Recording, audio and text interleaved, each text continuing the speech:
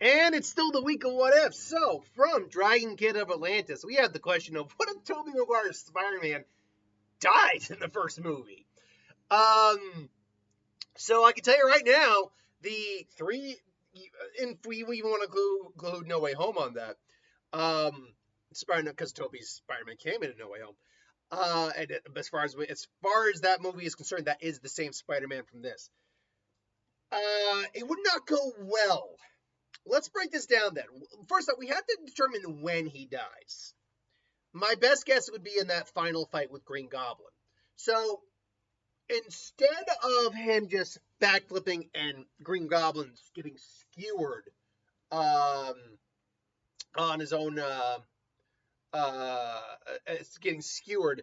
on his own glider, that sorry, I just blanked a little bit. Yeah, instead of him getting skewered on his own glider, he would get skewered on his own glider, but like when he when it's like, oh, and he presses one more button, and a bunch of pumpkin bombs fall out from the glider right in front of Peter, and boom, and they both basically bite it.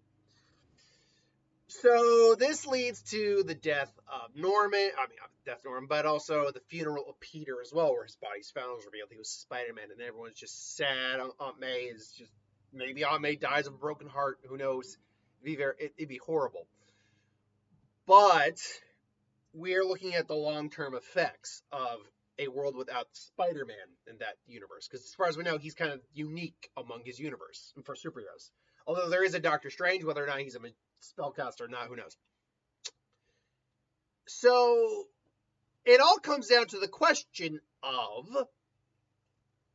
would Doc Ock's experiment have actually failed? Because he was sure he could keep it working. That it could be self-sustaining. It just needed a moment. So, the problem with answering that is we don't have an answer. We just don't. Now, the second time he did it, it was self-sustaining, he said. But he used a lot more tritium in that. And so it was a lot larger than it was before. And so it was more, not unstable, sorry, because it was stable, but it was a more dangerous endeavor that time around. And it was also haphazardly made. I mean, he had the blueprint, sure, but he didn't have the actual stuff he needed to make it as well as he did the first time. He didn't have Oscorp there. Knowing that he had the science, he generally has the science right, I would say yes, he would have gotten it right. So then, yeah, even though everyone was scared, he would have been like, yeah, we did it, woohoo! Renewable energy, woo! It's like, there you go. And so everyone would have been happy. On the offside, though, he would have killed everyone. So either that universe gets completely screwed over, New York is effed, or they have renewable energy, and, he's a big man, big scientist guy. He's a world-famous man now. Oscorp is among the most powerful corporations in the world prior to that, and now is even more powerful. So, yeah. So then you would go into freaking Spider-Man 3. I should note, Harry probably resents Peter immensely, but whatever. Peter's dead here, so it doesn't really matter. He doesn't even become the Green Goblin or anything. The Venom symbiote we know does land. He's dating Mary Jane for whatever reason. Mary Jane's probably dating him, or she's dating the astronaut. Whatever. She's probably in a not loveless, but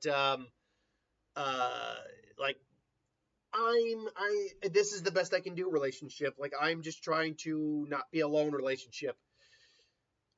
Kane Marco still gets caught in the particle machine, I believe it was. But unfortunately, nothing good really comes from this. Like, Tobey Maguire's Eddie Brock has no reason to be hit by the Venom symbiote. The Venom symbiote's just looking for a host. It'll eventually find someone and just does its thing. And they wouldn't even have any of Spider-Man's abilities because Spider-Man's dead in this world. Sandman can't be stopped, and then Venom's running amok for what in whatever capacity. So yeah, and then um without uh Tobey Maguire's Spider-Man in No Way Home, well now you still got Doc Ock. Well, actually, there's no Doc Ock here, and I guess Green Goblin, but I mean, do we say that Tobey Maguire's Spider-Man gets pulled right before he dies?